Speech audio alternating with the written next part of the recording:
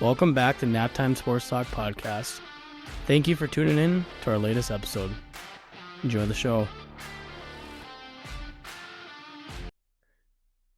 Welcome back to Naptime Sports Talk Podcast. Today's episode, I'm going to be diving into the last few weeks for the Minnesota Vikings, and then I'm going to conduct my very own first round mock draft for the 2026 NFL Draft. So, as the season concludes, we'll start to dive into some off-season topics regarding the Vikings, and a big topic will be the NFL Draft. I will be doing some different mocks, having some guests come on to join me for that, and then go into just position rankings as the draft process goes on. And yeah, it'll be some good fun. So just to talk about the Vikings, little win streak here. They won the last 4 games now. Beat the Commanders, Cowboys on Sunday Night Football, the Giants, and then on Christmas Day beating the Lions 23-10. So, overall, the last game was just an overall impressive game from the defense side of the football. 6 turnovers. We turned the Detroit Lions over 6 times, and I just thought the defense played extremely, extremely well, and we we knocked the Lions out of playoff contention, which was pretty nice. So, our record now is sitting at 8-8, and I can say for the draft that we are no longer going to be in the sweepstakes for Jeremiah Love unless we would trade up, which I do not see that happening to get the running back. So we'll see in this mock here today how the board will fall, and we'll see what happens. But before I get started on that, I just want to touch on a key off-season date here for the NFL Draft. So there's a hard deadline around January 15th for players in college to declare for the draft. So it's not fully set yet of what players will be coming out and which players will be going, or which players will be coming out and which players will be staying in college for another season. And then for the championship game, they have a deadline of January 24th. So whatever 2 teams are in that game, the players have a little more time to decide, since that championship game will be played on Martin Luther King Day on, I think, January 19th on Monday. So, yeah. But we have a big, it's New Year's Eve today, so hope everyone's had a great holidays, celebrating Christmas and, or whatever holiday you may celebrate. Then, yeah, I just wish everyone a great start to their new year, and enjoy the last, and hope you're enjoying the last day of the 2025 here. So, yeah, exciting times as the season wraps up, and the NFL will have coaching changes, and then we'll dive into, free agency, and then a big one is the NFL Draft, which is my favorite aspect of the offseason NFL.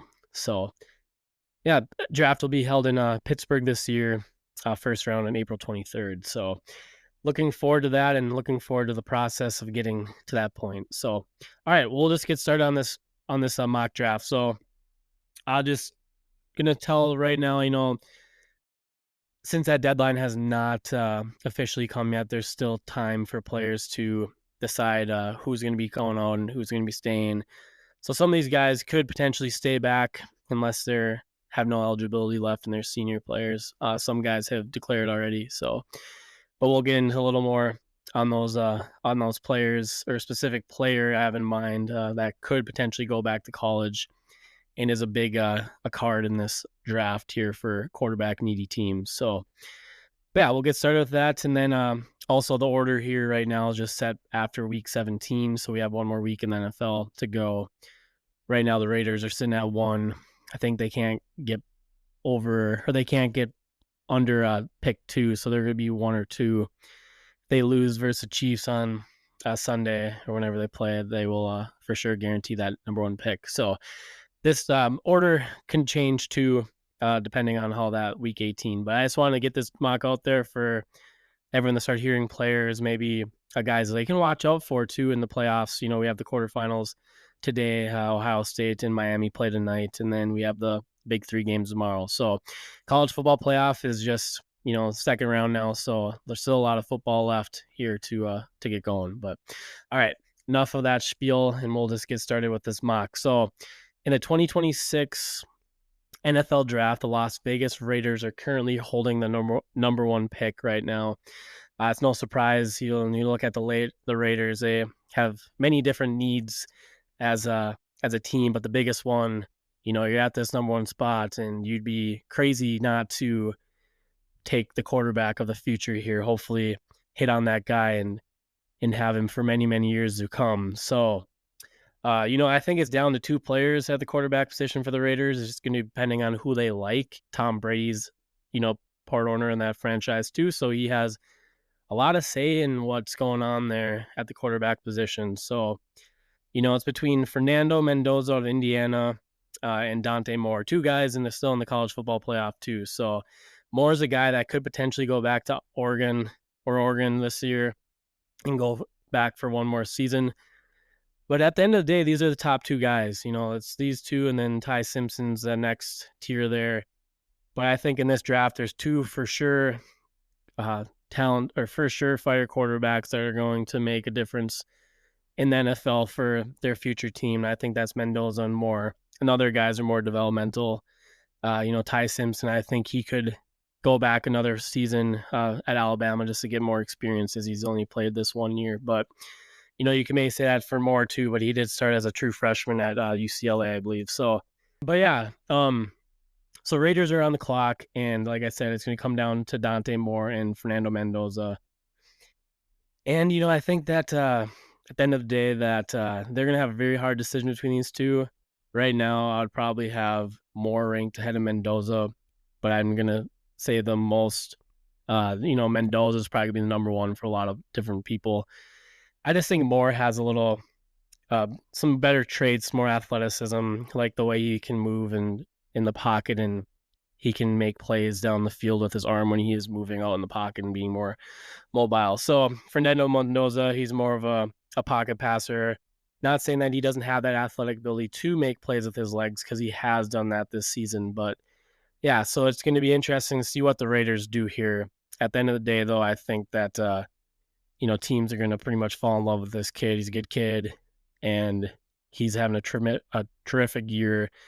Says all the right things. He has a talent, and I think at the end of the day that Fernando Mendoza is going to be the quarterback for the Las Vegas Raiders there. So I'm going to pick him at number 1. Now, here's when the draft gets very interesting. The Giants are sitting pretty right now with the number 2 pick. This could be a trade spot where teams are going to come up to try to get that next quarterback, Dante Moore, if he declares. So yeah, the Giants are sitting pretty right now at this spot. They have wide receiver needs, offensive line need, the guard and tackle, cornerback need. I don't think there's the value right here in this draft to take a tackle at this spot. So I think at the end of the day that the Giants are probably going to trade out of this pick, and some teams that, depending on what the offseason pans out here, you got the New York Jets, you got the Arizona Cardinals, you have the Cleveland Browns, who are all quarterback needy teams. Do one of those guys trade up, or one of those teams trade up to get their quarterback and hopefully hit on their next quarterback? And for the future here, the team that makes the most sense to me with moving up to 2 would be the Jets, because right now they're sitting at number 3. But it depends on the package, and they also have a lot of arsenal in this draft and going in the 2027 draft. I don't think they're going to want to get rid of picks for that draft, as that draft is looking a little more deeper than this 2026 NFL draft. But yeah, this is an interesting spot. So I can make a trade if I want to. Maybe for the sake of this draft today, I won't do trades, just so I can talk a little more about prospects. But so yeah, Giants sitting here at 2. I think if they're sitting here at 2, they're going to take one of the top 2 players in the NFL draft. I have Caleb, or I have Jeremiah Love as my number 1 player in this draft, and then after that, it's Arvell Reese, linebacker at Ohio State. So I think the Giants would sit there and they would take Arvell Reese. You know, if you haven't had a chance to watch him yet, make sure you check them out. You know, they're playing tonight and in the playoffs here, but what he's going to be at the next level is still going to be kind of eye-opening of what where teams maybe will put him, but he is a tremendous athlete. And just this past season, he didn't start a lot last year. This year he's had 588 defensive snaps in comparison to last year's 309. And then, so yeah, it just depends on where you're going to put him. Are you going to put him in the box? Like he had 255 spots or snaps in the box this season. And then also 299 snaps at the D-line on the edge there. So it just depends on where you're going to use him. You're going to put him in the A-gaps, and blitz him too in the interior of the offense line. So yeah, he's just a project. It'll be interesting to see how the Giants or whatever team's going to take him how they would utilize him. But I think he's definitely the best defensive player in this draft, next to Caleb Downs as well, as right there with him. So, but yeah, they get Arvell Reese, and Giants defense continues to get stronger. They got a lot of weapons on that defense side of the ball with Burns and Abdul Carter they drafted this past season. So, yeah, it'll get interesting. But at the end of the day, I think the Giants will probably trade out of this pick, stockpile more picks, and probably go more so like a wide receiver in this draft. But for this purpose, we're not going to do trades. So I'm just going to take the best available player. And that's Arvell Reese out of Ohio State, linebacker. So now on the clock, we have the New York Jets. And, you get in this slot. You have in the quarterback sitting there. You got to take the quarterback. So in this scenario, Dante Moore has declared for the draft. So Dante Moore is a pick here for the New York Jets. Number 4, or the 4th overall pick, you have the Tennessee Titans. They could go many different routes with that. Do they take the running back and shock people? If people don't think Jeremiah Love will go in the top 5, I'm not going to say that's not possible, as how talented of a player he is. And what we've seen in the past, Ashton Jeanty last year went 6th, and players have gone in the top 5 at running back. So just depends on what teams value him at, and at the end of the day, what they want to do with their offense. So, but I'm sitting here at 4. I'm thinking of the Tennessee Titans. They have a lot of needs, offensive line, but there's no one right there to pick. So I think you sit here, you're deciding between an edge defender, maybe a guy like Ruben Bain Jr. out of Miami, another guy watching the playoff, or do you get your quarterback there, Cameron Ward, a wide receiver. And I think that's not crazy to do here with number 4. So I'm going to actually sit here. I'm going to take my number 1 wide receiver in this class, and that's Carnell Tate out of Ohio State. He is just a tremendous talent. In the wide receiver class, there's probably like 4 or 5 guys I think are pretty for sure things. And after that, it's pretty much like developmental guys, and we'll see how guys pan out. But I think if you're taking Tate, he's a tremendous talent, like I said, and I think he's going to be incredible at the next level. 6'3", 195.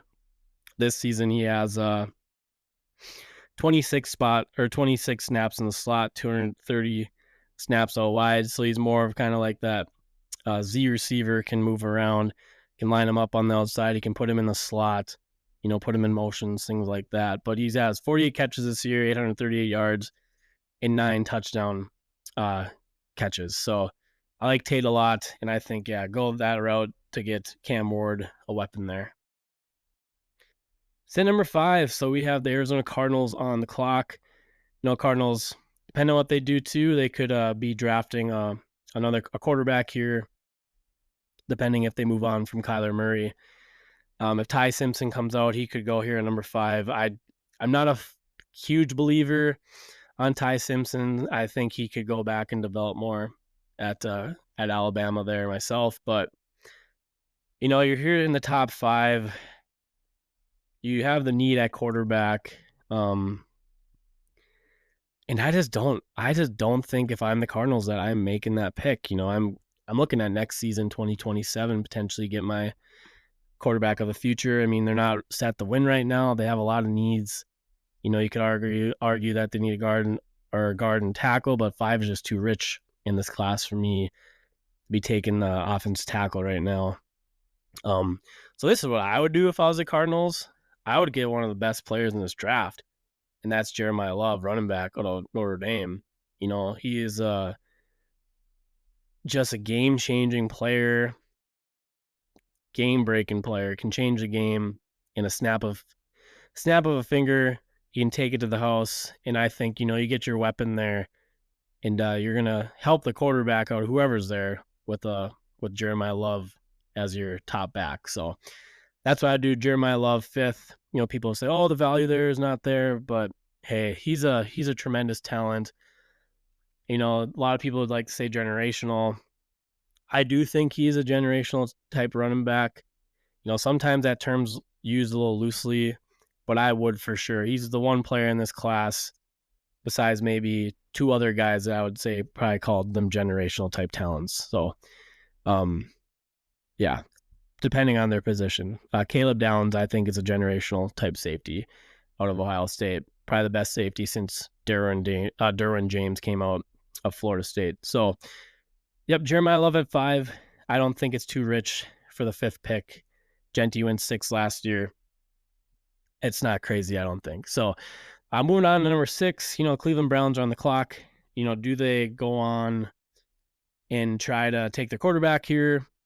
Do they potentially wait later on to see if the quarterback would fall to pick 27? I don't know if they would. Depends on some different things and how this draft plays out. I would like Simpson more down in that range versus top 5 or top 10. So, but yeah, I just think again, the Browns could use some help on the line, the offensive line. They could use maybe another wide receiver to get just another guy ready for their future quarterback.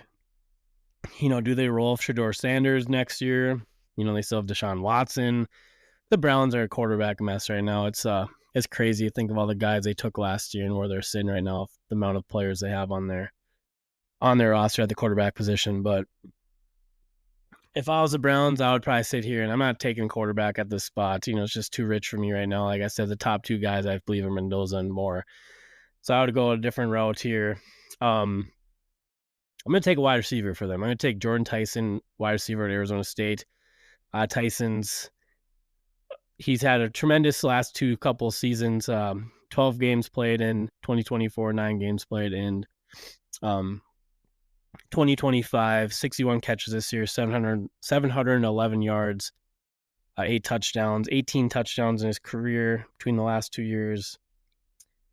He sits at 6'2", 200 pounds.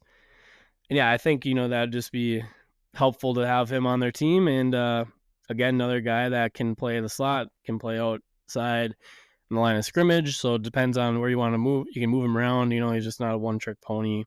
Pretty well-polished route runner too. So Tate and Tyson are for sure the top 2 guys. And if you had Tyson at number 1, I would understand that completely. But I just like Tate a little more. So Jordan Tyson is a Cleveland Brown at number 6. Moving on to the 7th pick, we have the Washington Commanders on the clock. Do they sit there? They need a tight end. Again, offensive line help, edge defender. They could use a D-back. If I was them, I'm thinking of, you got to get better on the defensive side of the ball. There's no questions about that. They traded away a lot of their pass rush the last few years or so. And I'm a firm believer that championship teams are built on the interior, or not the interior, but on the lines, with the great pass rush and a great offense line. So, like I said, though, I think a tackle or a guard at this spot is just too rich in this class. So I'm going to sit here. I'm going to take Ruben Bain Jr. out of Miami at the number 7th pick. So Bain this year, he's got 10 sacks for the Hurricanes, 53 quarterback hurries or pressures, which is pretty incredible. He's one of the highest graded edge defenders in this class. So Ruben Bain, check him out for Miami. If I get this out and you listen before the game tonight, definitely look for him. So, yeah, but Ruben Bain, 7th pick for the Washington Commanders. All right, moving on to the Saints. They look at their needs right now. They could use wide receiver help, again, interior offense line at guard, and then D-line help. I just think for the Saints, you got to go get some more help on the D-line. You have Cameron Jordan that could be retiring here this year. He could be retiring next year. You never know where he's going to call it. He's getting up there in age. So I just feel like you need to keep trying to solidify the line play. Tyler Shug has looked pretty dang good the last certain games he's played here now. So I think they got their quarterback there. Like, he's been impressive. I said last year he was my underrated quarterback of the draft, and he's sure shown as one of the better prospects right now coming out last year in that class. So sitting here, like I said, I'm going to take the D-line. David Bailey is a guy that I think would be a nice fit there for them. He has 43 quarterback hurries this year, 14 sacks. He's out of Texas Tech. So another guy you watch for in this playoff. But yeah, David Bailey, he's going to be the pick here at number 8 for the New Orleans Saints. Now we have the Kansas City Chiefs on the clock at number 9. And that is kind of crazy to say. The Kansas City Chiefs on the clock at number 9. Man, what an abysmal season they've had. And I'm not frowning about that at all. So, but yeah, they're in a good spot here. And I think, do you just go best player available? Do they need, they could go edge this one. They could go corner. But I think, I got this player sitting here right now who's rated in my top 3, and he hasn't gone yet. He's deserved. He's going to go in the top 10, I think. But as we've seen in past drafts in the history of the NFL, safety position's not always a position of value to a lot of teams up that high. But this kid's special. Like I said, I don't try to use that generational term, but this kid to me is a generational type safety, and that's Caleb Downs out of Ohio State, the brother of Josh Downs, wide receiver for the Colts as well. So Downs, he's been, he started as a freshman at Bama, then he transferred over to Ohio State last year, won the Natty with them, and now he's going for another Natty this year. But yeah, Caleb Downs is a spot here at number 9. And just for the sake of this, the mock too, and just the time of this episode, I'm not going to go in full depth analysis of each of these players. We'll talk about these players later on as the draft unfolds and as we do positional rankings and things like that. But I'm seeing that my episode's starting to get a little long here, and I don't want to make this too much of a chore for the listeners. So I'm going to try to speed this up a little bit. So yeah, pick number 10, I got the Cincinnati Bengals on the clock. It's going to be interesting offseason to see what the Bengals do. Rumors are Burrow wants out of Cincinnati, so we'll see what happens with that. But I just think they got to continue getting help on the lines for him. If they're going to keep him there, you can't protect him. So, I wouldn't be surprised if the Bengals would move out of this spot for different reasonings to, potentially get more picks in this draft and next year's draft. But, they continue to need help on the defensive side of the football. The defense has been one of the sore spots there for Cincinnati. So I'm going to get Peter Woods. He'll play the interior of the D-line. and he's out of Clemson at number 10. On number 11, we have the Miami Dolphins on the clock. Another team that, it's going to be interesting to see what they do this year, offseason with the quarterback position. Probably move on from Tua there. Could this be a spot for Ty Simpson if he does declare? Not saying it couldn't, but I think the Dolphins have other needs, pressing needs that they need to address too. And, they have Jalen Waddle, Tyreek Hill with that major injury. I don't know if he's going to be coming back from that. So I think they maybe go wide receiver this spot for them. And I'm going to take Mekhi Lemon, wide receiver out of USC. It's a smaller guy, but he's a tremendous route runner. I really like Lemon there out of USC, depending, besides that he plays for the Trojans. But, all right. Number 12, the LA Rams are on the clock. This pick is actually from the Atlanta Falcons.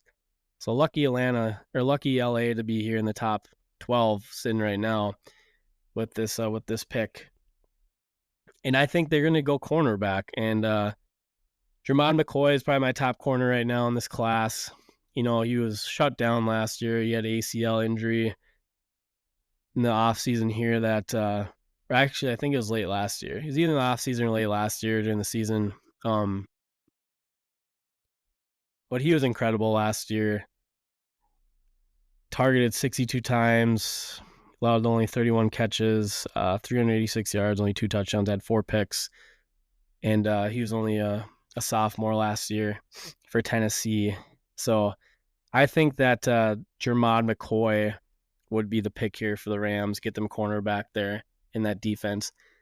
I'm moving on to the 13th pick. You have the Tampa Bay Buccaneers on the clock. So next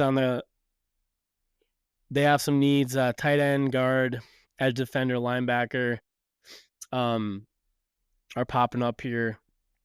And I think, just another guy that, another team that I think goes more on the defensive side of the defensive side in this mock that I'm going to do. And I'm going to take Sonny Styles, linebacker out of Ohio State. So another guy in the college football playoff. The Ohio State defense is pretty stacked, but yes, Styles is a good player. He has a lot of experience at the linebacker position there for Ohio State. 6'5", 243, senior this year. 70 tackles this season.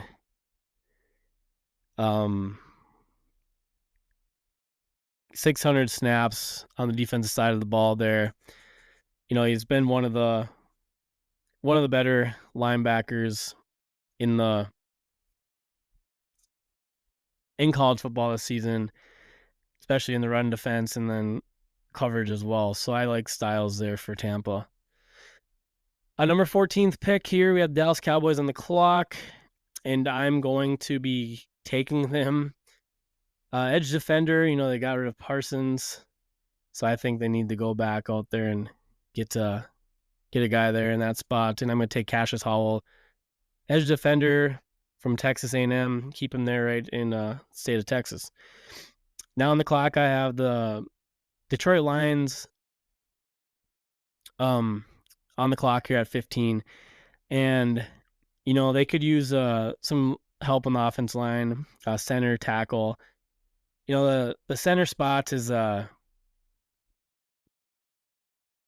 center spot is something that I don't think there's no value here in the first round in this class. And so it's going to come down. Do they want the left tackle, right tackle? That Penei Sewell there on the right side of the football. Two of my top favorite guys have played in the right tackle position, so I don't know if they swing Sewell over to left tackle and maybe one of these guys would be at the right tackle spot if Sewell's ready. Or do you take the left tackle in this class who's just a freak, and that's Caden Proctor of Alabama, 6'7", 266. Still a young player too. So I think He's only allowed 2 sacks this season, 4 quarterback hits, and then 14 quarterback hurries. So yeah, I think maybe you just take the left tackle because you already have Sewell there on the right side of the football. I don't think Caden Proctor at 15th pick is too crazy or too rich at all. So I'm going to take Caden Proctor at 15 for the Detroit Lions, help them with that tackle spot. Now on the clock, we have the Baltimore Ravens. They just need more D-line help, I would say. So edge rusher comes to mind, or do they go out there and try to take a offensive guard? So there's really one guy that, as of right now, that comes to mind at offensive guard spot for being in the first round. And I'm going to butcher his name, but he's out of Penn State. Yane is his last name. So I'm going to change my mind here. I'm going to take the guard spot there at number 16 for the Baltimore Ravens. All right, now I got the Minnesota Vikings on the clock. Let's go. So this could be interesting offseason to see what the Vikes do. Running back right here at 17, I think is too rich for the 17th pick. You could say that they maybe could use help in the defensive line, depending on what they do with some guys in the interior. So I think we're in a pretty good spot, for the most part. Center's one position that we do need to go out and address this offseason because I think Ryan Kelly's probably going to retire, but we'll wait until that's official. But there's a couple guys that I like that you could potentially get in like rounds 2, 3, 4. Connor Lew out of Auburn, and then Jones out of Iowa. Really like his game a lot. I think he'd be a great pick for us. So that's Logan Jones, his name is.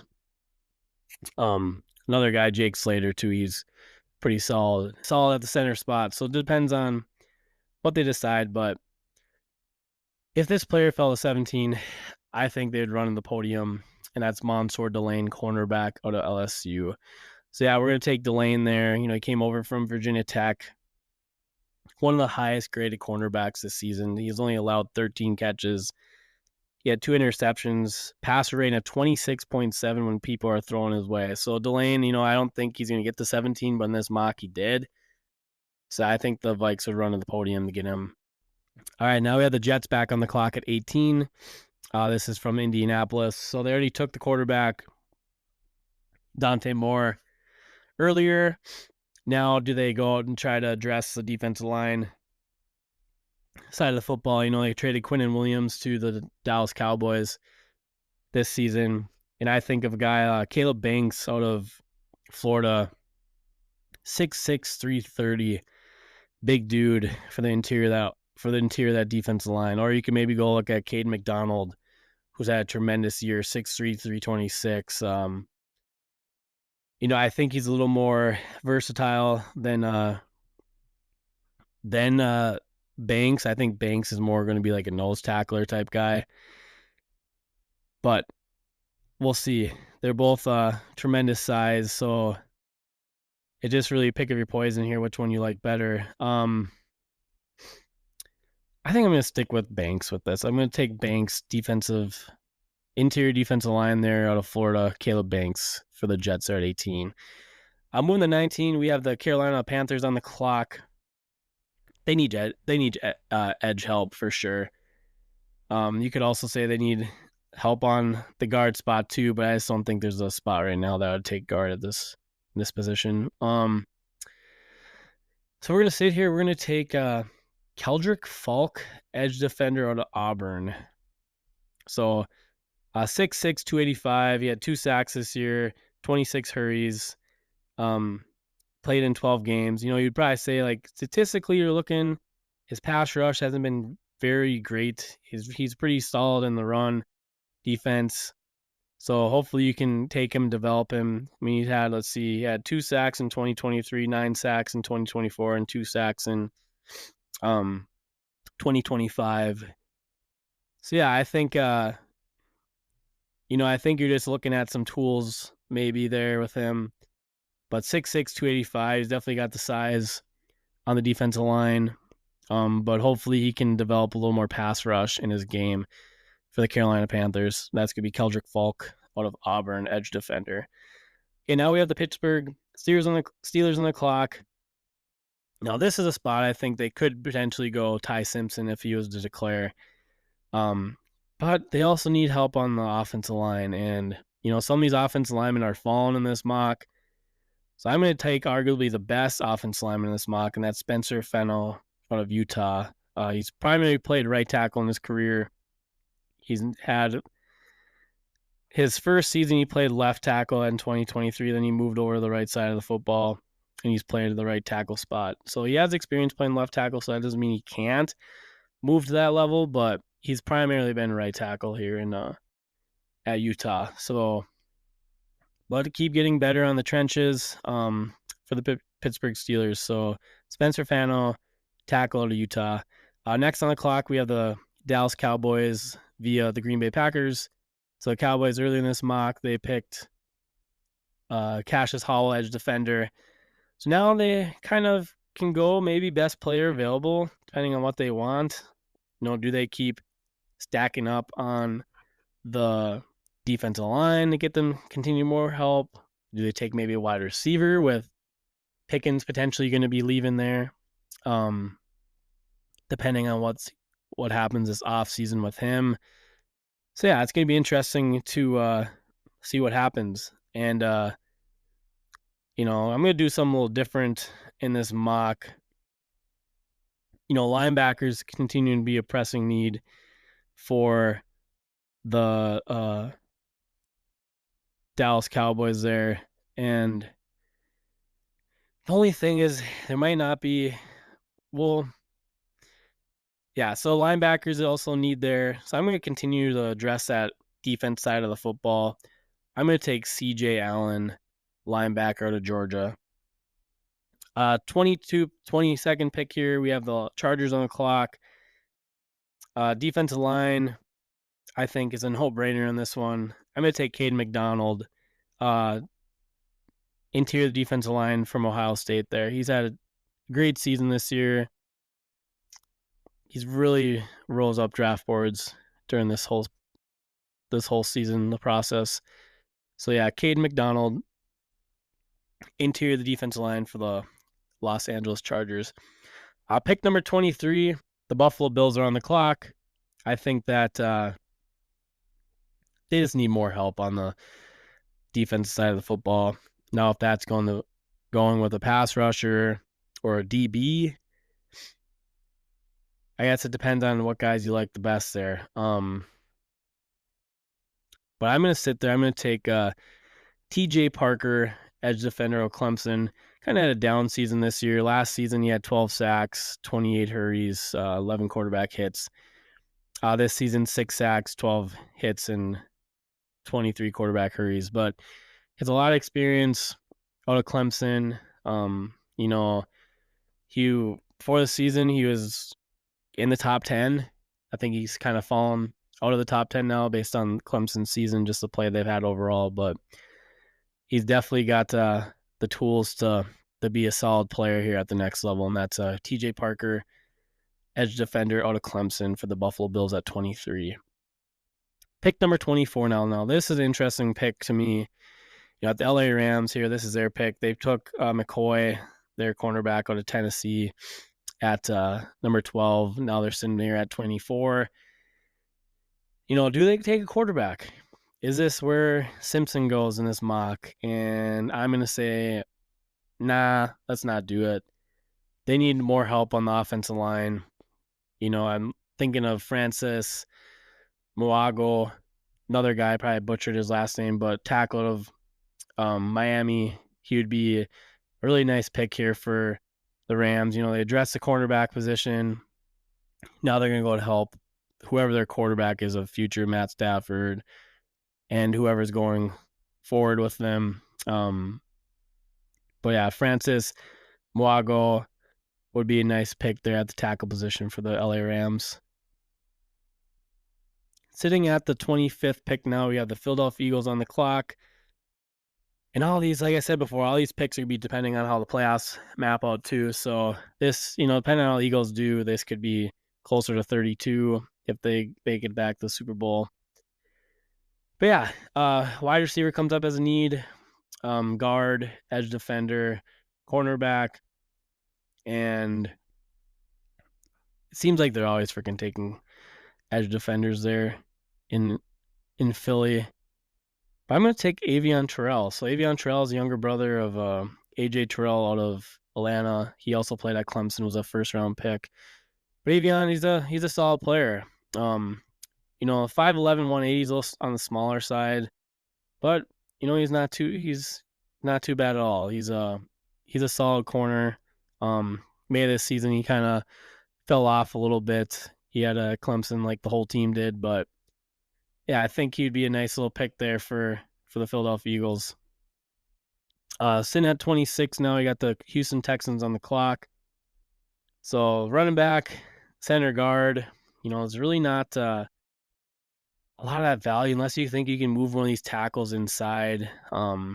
Maybe you move Caleb Lomu on the inside, but he's also 6'6", 308. So I think he's more going to be that tackle position. He's out of Utah as well.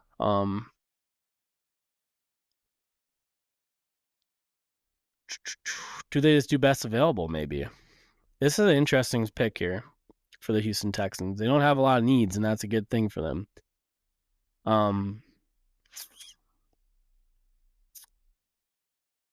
Maybe they take the tight end here, Kenyon Sadiq out of Oregon. So Oregon, maybe they take him here. They don't have a lot of need. They have Dalton Schultz right now. Maybe they just take him, get CJ Stroud another weapon there. They had pretty solid offensive line play this year. And like I said, the value here in the first round is not there for center guard. I think they can get those needs in rounds 2 through 4. So yeah, I'm going to do Kenyon Sadiq, tight end out of Oregon or tight end out of Oregon for the Houston Texans. All right, pick 27. We have the Cleveland Browns on the clock. Earlier in this mock, they took Jordan Tyson, wide receiver, Arizona State. Now, if Ty Simpson does declare, and if for some reason he does fall away to 27, probably not likely in this mock he is falling. Depends on also how he looks in the college football playoff. But I would think that this is your second first-round pick. Looking at the board, you already took your wide receiver. You could maybe take Lomu here, offense tackle at Utah. Or do you take the quarterback position? Get Ty Simpson there, see if you got anything. If you miss on him, you use a 27th pick in the NFL draft. It's not like a top 10, top 15. So if you don't hit on him, it is what it is, I guess. But I think I'm going to take Simpson. I'm going to take Ty Simpson for the Cleveland Browns here at 27. And just see what happens. If you hit on him, you hit on him. You got your quarterback. If you didn't hit on him, well, it's the 27th pick in the NFL draft. Some of these guys don't pan out anyways. So that's my thought about it. Yeah, I think that's the way they should go for sure. 28th pick now, you have the San Francisco 49ers on the clock. Wide receivers need. Pearsall couldn't stay healthy this year. Brandon Ayuk, don't know what's going to be happening with him. Yeah, so there's two guys that come to mind right now, and that's Denzel Boston, wide receiver out of Washington. He is 6'4", 209. Or you have Casey Concepcion out of Texas A&M. I think Concepcion might be the better pick for them just because he's a little more versatile, I would say. You can line him up in different areas. You can put him in the slot, put him out wide. It's a little gadget type kind of player. I don't think he's going to be like type of like a Deebo Samuel like he was there, but they could use him in similar ways. That's how they kind of used him when he was at NC State before he came over to Texas A&M. So it just depends on what you want. Denzel Boston, he's going to be an X receiver, primarily outside. Doesn't really go in the slot a lot. He has gone in the slot. He's a big body wide receiver. 18 catches in the slot. 18 down the or 8 deep catches or deep ball catches down the field. I just like Concepcion a little better than Denzel Boston. Boston is probably one of the better run blockers though in this class. So they do like to run the football there in San Francisco and get the ball to Christian McCaffrey as much as possible. So am I swaying myself here? Maybe I would go Denzel Boston here instead at 28. And maybe you already got Ricky Pearsall there. He can play more of the slot a little bit and move him around a little more. You know what? Yeah, I'm going to take him. I'm going to take Denzel Boston. They have Juwan Jennings, who's been primarily in that role on the outside this year. So I think get Denzel Boston there and Sam Fran. That'd be a nice pick for them. So, all right, moving on to Bears. Number 29, the 29th pick. The Chicago Bears are on the clock. Let's make them worse. So should I just take them a kicker here? I should have said the same thing for the Lions too. Should I just take them a kicker or a long snapper or something? But yeah, to be honest, they need D-line help. Rumor has it right now that there's a guy there in Vegas who might want out, who's one of the better defensive players in all of NFL. I hope that does not happen. I really don't.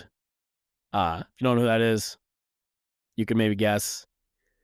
And I'm not going to say his name, but he has the same last name as Sidney Crosby. I'll just say that. But yeah, Chicago needs help on the defensive line still. Edge defender comes to mind, and I think they're going to take a edge defender here at this pick, and I'm going to give them Romello Height, defense end, edge defender out of Texas Tech. So I think I just made Chicago pretty damn good there with that pick, especially on the defense side of the ball. But yeah, it's gonna be interesting to see what happens with Crosby there in Vegas. All right, moving on to the 30th pick, we have the New England Patriots on the clock. You just need to keep building up that offensive line. Like, you hit on the quarterback, you did incredible with a lot of these acquisitions and free agency. The Patriots are what the Vikings wanted to be. I always wanted May, but when I'm saying that, I mean, like, they had the money to spend. They hit on the quarterback. The biggest thing is the quarterback. We didn't hit on the quarterback. We put together a nice roster there in Minnesota. But the biggest thing is we missed on the quarterback. As of right now, we'll get into a little more talk about that. But my thoughts on J.J. McCarthy. And it's hard to give him a true grade with just how the season has been and his inability to stay healthy and his ups and downs. So, if you ask me right now, am I confident in him? No, I'm not. I'm not confident at all. And it sucks to be in this spot for the Vikes. And we'll get in a little more talk about that here in the offseason podcast. So we're going to go back here and be on task and on track and get this mock done. So the 30th pick, New England Patriots on the clock. Like I said, I think they can go out there and get their get some offense line help some more. And then I'm going to give them Caleb Lomu, Utah offense tackle. With the 31st pick, we have the Denver Broncos on the clock. And, same thing. Denver has drafted pretty well. They built their roster pretty well. They don't have a huge number of needs. Again, just the value here, tight end, center, linebacker, it's not there. So do they maybe just take the best player available? And the way this class has fallen so far, this board has fallen so far, there's really not a center for this spot. I wouldn't take in the first round. So I'm just going to go best player available and just going to get Bo Nix another weapon there on the offensive side of the ball, and that's going to be Casey Concepcion, wide receiver out of Texas A&M. So we have the Seattle Seahawks on the clock at number 32. And I think I'm going to take this kid out of San Diego State here. I think this would be a nice spot for him. And that's Chris Johnson, a cornerback out of San Diego State. Really, had a great year this season. Targeted 43 times, allowed 18 catches for 185 yards, 4 picks. Passer rating of 16.1. And he's one of the better coverage corners, zone coverage in this class. I think he'd fit nicely in with that defense there in Seattle. So I'm going to take Chris Johnson at the cornerback position. So there it is. That wraps up our first round mock. And yeah, we'll see. Like I said before, these positions where teams are picking, it's going to change. Depends on how the last week plays out, and then how the playoffs play out as well. So I just kind of want to get some names out there for y'all to listen to, and watch out for these guys in the college football playoff as it continues to go on. Just to recap some guys you can continue watching: Fernando Mendoza, quarterback, Indiana; Arvell Reese, linebacker, Ohio State; Dante Moore, quarterback with Oregon; Carnell Tate, wide receiver, Ohio State; Ruben Bain Jr., edge defender of Miami; David Bailey, edge defender of Texas Tech; Caleb Downs, safety at Ohio State; Sonny Styles, linebacker at Ohio State; Caden Proctor, tackle of Alabama. Let's see here. What else we got? CJ Allen, linebacker out of Georgia; Caden McDonald, interior defense lineman of Ohio State; Francis Mwago, tackle of Miami; Kenyon Sadiq, tight end out of Oregon; Ty Simpson, quarterback out of Alabama; Romello Height, edge defender of Texas Tech. Those are the remaining prospects out there. Not remaining prospects, but the first round prospects I had in this mock that are in the college football playoff right now still. So, like I said, there's games coming on tonight. We'll see when I get this podcast out. It's December 31st right now, New Year's Eve. So, yeah. Well, hey, if you made it to this point, thanks for bearing in there with me. I know it was a little long. Getting really excited about the mock draft here. Mocks just take a little longer to do. There's a lot to go over, a lot of picks to be made. So, but yeah, look out for future episodes. We'll do mocks like this. Like I said, my old co-host Zach is going to come on, and he's going to be doing 3 mocks with me this off season. So I'm excited for that. As we all know, Zach's a tremendous, well-knowledged individual himself about college.